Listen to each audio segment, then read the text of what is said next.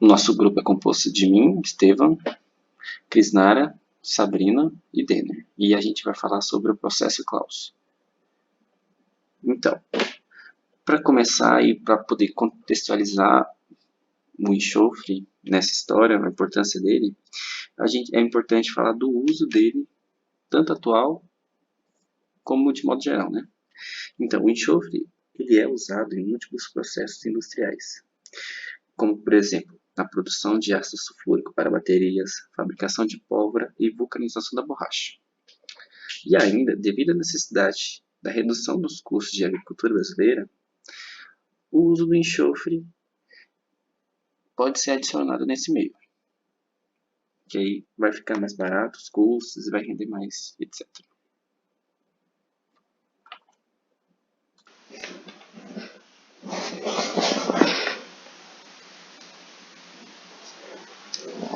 Ainda falando sobre o elemento enxofre, uma das curiosidades é relacionada à alquimia. Antigamente, os alquimistas utilizavam muito os vários elementos tentando transformar ele em ouro e etc. O enxofre era muito usado também em práticas de alquimistas. Então, naquela época, os alquimistas não eram vistos de forma boa em relação à Igreja Católica. Então, eles acabaram relacionando esse elemento com questões de demônio, essas coisas. E hoje em dia é possível ver em vários séries e etc. quando está relacionado a algum demônio, rastros de enxofre. Então, isso está relacionado com antigamente, com questões dos alquimistas utilizarem enxofre e a Igreja Católica não gostar dessas pessoas, digamos assim.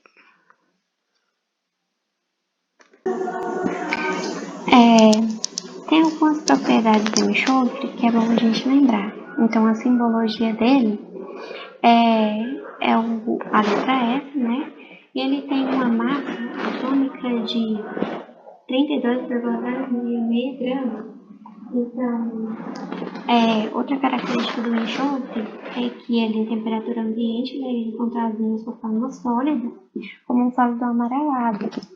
E esse sólido amarelado, ele não tem odor. Então, quando a gente ouve falar sobre o cheiro característico do enxofre, na verdade é porque ele tem alguma forma volatizada, né? O enxofre elementar ele é muito utilizado para a produção, então, do ácido sulfúrico e para a produção de fertilizantes, né? E isso alavanca a economia com relação à produção industrial. Tem uma produção industrial muito ampla, né, para fazer os fertilizantes que são utilizados na agricultura, para a produção de enxofre. E uma curiosidade do enxofre é que antigamente, pelos egípcios, romanos e chineses, ele era utilizado como forma medicinal. Então, eles também utilizavam ele para pintura, utilizavam ele como pólvora. E essas são algumas características do enxofre. Então, para a gente ter uma noção da produção e consumo de enxofre no redor do mundo, os países que lideram a produção atualmente são os Estados Unidos, o Canadá, a China, a Rússia e a Arábia Saudita. Enquanto que os países que se destacam no consumo são a China, os Estados Unidos e a África. Isso pelo menos até o ano de 2017.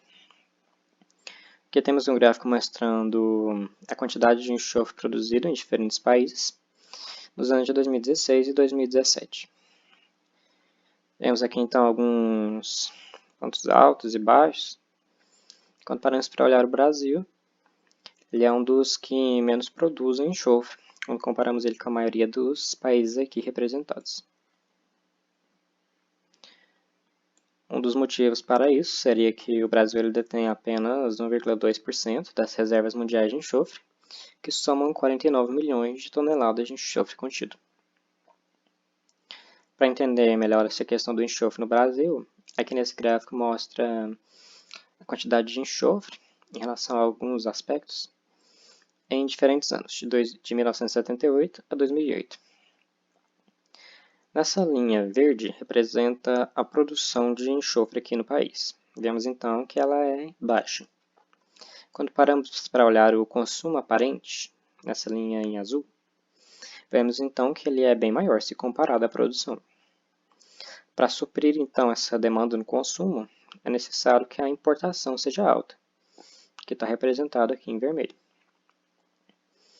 Já em relação à exportação, como não produzimos nem o necessário para o consumo, a exportação é mínima, praticamente negligível.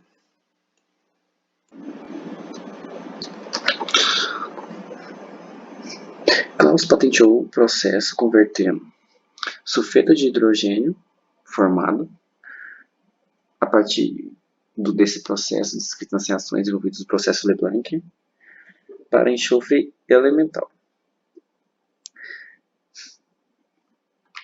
Então, as reações de Klaus para os resíduos de sulfeto de hidrogênio são descritas aqui, onde o enxofre pode ser recuperado com a água, saindo aqui nos produtos. Então, como é que ocorre, né? A oxidação do enxofre em dióxido de enxofre também pode ocorrer, e ambas as reações são essencialmente irreversíveis. Mais ainda, Klaus descobriu que eles eram cineticamente controlados e que em temperaturas muito altas, tipo 530 kelvins, 550, a reação acima, onde o enxofre elementar é recuperado, era muito mais rápida do que a reação 2, onde era obtido o dióxido de enxofre, quando um catalisador era usado. E as duas reações são altamente exotérmicas. Isso significa que elas liberavam muito calor. Então, o que foi feito? Projetou-se um grande forno, que era o reator no caso, com alta área de superfície externa, para que o calor da reação pudesse ser dissipado pela radiação e a temperatura mantida na região onde a oxidação do enxofre ao dióxido de enxofre podia ser minimizada. Então,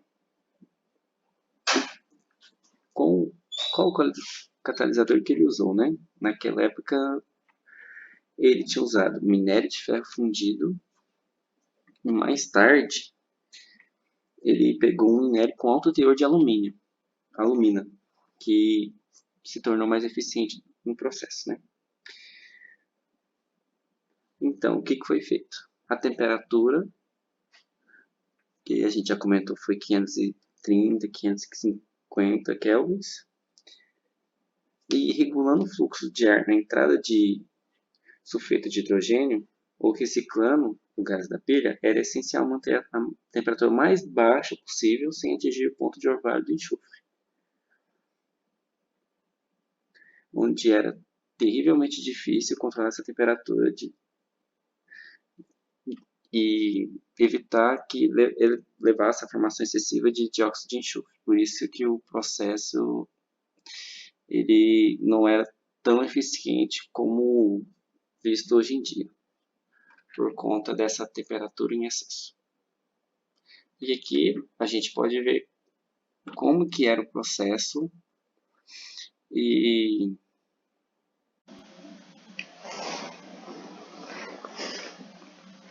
Então, nessa parte eu quero focar mais com relação ao contexto do processo Klaus, o que é, não o que é, mas por que, como ele tá no mundo. Então, primeiro, o processo Klaus é um processo de recuperação do enxofre, como já deve ter se observado, porque assim, ele é obtido a partir do gás H2S, e a partir dele consegue obter o enxofre alimentar, a partir das reações propostas na patente de Klaus, né? Então, no final, é um processo de recuperação. Então, eu coloquei aqui a imagem de lavador de gás, porque dá aquela ideia de pegar um gás e retirar alguma coisa dele, seja o que você quer ou o que você não quer. Então, é um processo de recuperação. Tem um lado bom entre recuperar e extrair, porque, por exemplo, o processo fresh, ele é extrair, o enxofre é extraído das minas, então é um enxofre natural, enxofre origem vulcânica, etc. Então, extrair de minas é perigoso, tem mão de obra que é ruim, né? É um trabalho precário e pode acabar tendo escassez, certo? Então, a parte de recuperar o enxofre é bom, porque em algum momento você teve que extrair ele. Mas depois ele entra num ciclo. Vai se tornando outro composto, aí se recupera ele, já gera outro composto e etc. Então, o processo Claus é um processo de recuperação. É até o mais usado hoje em dia. Provavelmente tem muito mais recuperação de enxofre do que extração de enxofre em Minas. E é perigoso extrair enxofre de Minas. Por causa da geração dos gases, a pessoa fica respirando aquilo. E também, outra questão é que com o passar do tempo, as exigências ambientais com relação a gases e etc. aumentou muito. Então, por exemplo, quando você emite algum efluente que tem alta carga de enxofre, mesmo que não tenha, tem quantidade de enxofre, pode causar chuva ácida, tanto que combustíveis, os caminhões, os carros, quando contém enxofre, pode liberar enxofre para a atmosfera, formar chuva ácida. Então, com o tempo, as exigências ambientais aumentaram muito e, pelo que eu estava vendo, a maioria dos países, Estados Unidos, Canadá, Brasil, tudo, exige mais de 99% de recuperação não, de não, com relação a tirar o enxofre do efluente que você está emitindo para o meio ambiente. Então, hoje em dia, as exigências ambientais são muito mais rígidas. Antes, o processo Claus era visto como um processo de obtenção, porque não tinha tanta exigência ambiental, as exigências ambientais não eram tão rígidas. Então, quem praticava o processo Claus era mesmo para obter o enxofre, só que agora, hoje, esse processo está muito mais relacionado com a parte de lavar gases, a parte de tratamento de gases, tratamento de efluentes gasosos, principalmente gasosos. Então, qualquer indústria que gere enxofre em seu efluente gasoso, ela vai ter uma unidade Claus, seja modificada ou não. Provavelmente modificada, porque também com as exigências ambientais surge a necessidade de uma alteração da técnica, porque a técnica precisa ser mais eficiente. Então, com certeza, cada indústria faz sua própria pesquisa de como melhorar o processo Claus ou um que já está modificado e melhora do jeito que ela precisa para ela. E é a partir daí que surgem os processos Claus modificados. Então, o H2S, que é o gás que o processo Claus trata, ele pode vir de vários processos de formação de cloreto de ferro, cloreto de cálcio, sulfato de cobre, sulfato de sódio, a partir de sulfeto de ferro, sulfeto de cálcio, sulfeto de cobre, respectivamente. Então, tem muitas reações que podem gerar o H2S. E hoje em dia, o processo Claus é praticamente um padrão mundial para retirar enxofre, também na parte de tratamento de gás. Mas, assim, o processo Claus não é de tratar o gás, mas serve, entendeu? Hoje em dia ele é usado como uma unidade, porque ele vai conseguir retirar o enxofre daquele gás e depois você ainda consegue obter um enxofre elementar. Então, as principais empresas que vão utilizar esse processo, refinarias de petróleo, que precisam tirar os enxofres dos combustíveis e etc.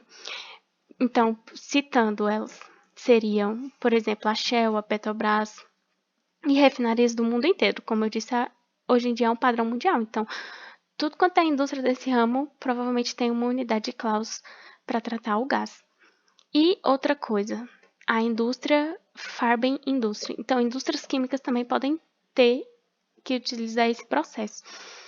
E no caso a Farben-Indústria foi a primeira, foi a que gerou a patente do Claus modificado, a primeira relevante.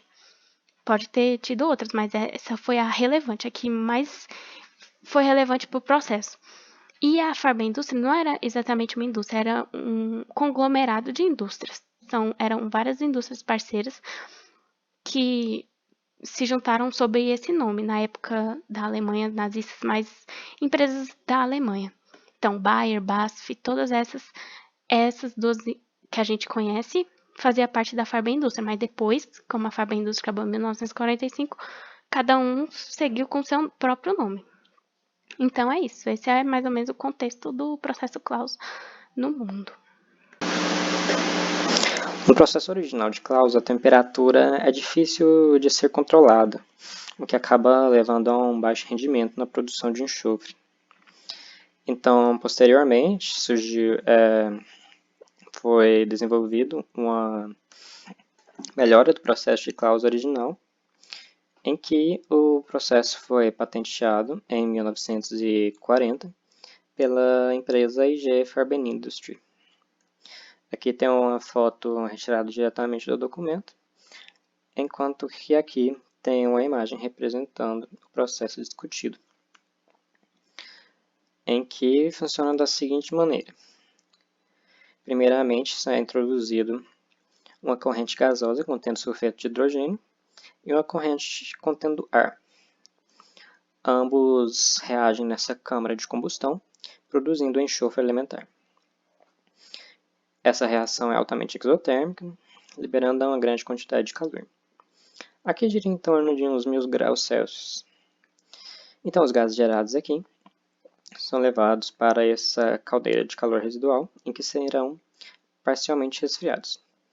Isso ocorre pois o calor gerado na câmara de combustão é usado aqui para a produção de vapor e também para o superaquecimento desse vapor gerado. Esse vapor então pode ser destinado a outras operações, como o aquecimento de água. Então, voltando aqui, os gases de enxofre aqui então continuam no processo até que chegam a esse estágio, onde são resfriados a temperatura abaixo de 200 graus Celsius, para que promova a sua condensação. Então, o enxofre agora condensado é separado aqui nesse separador, enquanto que os gases que não reagiram no processo são levados para posterior tratamento, que pode ser recuperação adicional de enxofre elementar. Aqui temos outro esquema do mesmo processo. A única diferença é a adição de estágios catalíticos, que é discutido na patente também. Já com a adição de estágios catalíticos, depois da etapa de condensação e recolhimento desse enxofre gerado, os gases que não reagiram são enviados a um reaquecedor e, após isso, são levados para um reator catalítico, produzir mais enxofre elementar. Então, esses gases de enxofre elementar são condensados e é coletado mais enxofre, e segue mais processo. Os gases que não reagiram são reaquecidos, levados novamente a um conversor catalítico, produzindo mais enxofre elementar, condensando e recuperando mais enxofre. E no final, o que não reagiu é levado para posterior tratamento, incineração. Essa etapa de reaquecimento é importante para que não seja levado nenhum vestígio líquido para o reator catalítico, que poderia se depositar sobre o leito do catalisador, inativando-o. Aqui tem as reações envolvidas, no caso essas aqui são as envolvidas na câmara de combustão, essas do lado esquerdo. Primeiramente é introduzido 1/3 do sulfeto de hidrogênio presente, mais oxigênio, gerando dióxido de enxofre e água. Então esse dióxido de enxofre gerado reage com o restante do sulfeto de hidrogênio, gerando um enxofre elementar e água. Essas reações aqui, essa reação de produção de enxofre elementar aqui representa até cerca de 70%. A máxima do processo. Então, como a gente vê, a reação de equilíbrio aqui mostra que o H2S mais o SO2 pode formar o S6 e o S8. Também pode formar o S2. Só que o que define se vai produzir S6, S8 ou S2? Essas três formas de enxofre é determinada pela temperatura que está no reator, né, na conversão catalítica. Então, se eu coloco temperatura muito alta, eu consigo formar o S2. Porém, quando eu desloco, a temperatura está muito alta, ele não é termodinamicamente favorável, porque produz muito S2, está muito enxofre elementar em excesso, então vai voltar de novo para a reação e para a reação de formar os reagentes. Então, quando eu tenho essas temperaturas que eu falei para vocês, de 505 até 410, né, que vai decaindo ao longo dos estágios, que eu tenho temperaturas mais amenas, eu formo essas duas espécies, o S6 e o S8. Sobre fatores que podem afetar ou não o processo Claus, então, como a gente sabe, como está representado aqui, a reação do SO2 mais o H2S, ele é uma reação de equilíbrio. Então, a gente nunca consegue produzir 100% de enxofre elementar, né, de recuperar os 100% de enxofre elementar. Por quê? Porque se eu produzo muito enxofre elementar, o equilíbrio se desloca para a produção dos reagentes novamente. Então, a gente nunca consegue ter 100% de recuperação do enxofre elementar, justamente por causa desse equilíbrio que tem, né? Então, tem alguns fatores que, se a gente alterar, pode aumentar a eficiência ou não. No caso, a concentração de H2S. Quando eu tenho muita concentração de H2S na corrente gasosa, eu desloco o equilíbrio para a produção do enxofre elementar. Então, esse é um ponto que afeta positivamente, né, a eficiência da recuperação do enxofre elementar. A composição do gás ácido contendo o H2S, hidrocarbonetos e contaminantes. Por quê? Se eu tenho muitos contaminantes e hidrocarbonetos, eles podem reagir com o meu enxofre elementar ou pode reagir com o meu H2S e pode formar produtos que eu não quero. Então, isso diminui a eficiência do processo. Então, isso é um ponto negativo e que interfere o processo Claus, né? A quantidade de estágios catalíticos. Eu falei para vocês que pode ter até 3 estágios catalíticos, né? Quando a gente trabalha com 2 estágios catalíticos somente, onde eles aquecem com o catalisador de alumina, a gente tem um rendimento de 90 até 96% de conversão catalítica no enxofre elementar, né? Porém, quando a gente tem 3 estágios, a gente tem uma conversão de 95 até 98%. 98% de conversão catalítica é o máximo que a gente pode ter visto o equilíbrio químico, que a gente nunca vai atingir 100% da obtenção, né, de recuperação do enxofre elementar. Então, quando eu tenho 3 estágios catalíticos, eu aumento a eficiência do processo. Então, isso é um ponto positivo para o processo Claus. Por que eu não uso 4 estágios? Porque com 3 estágios eu já consigo converter tudo que eu consigo de enxofre elementar.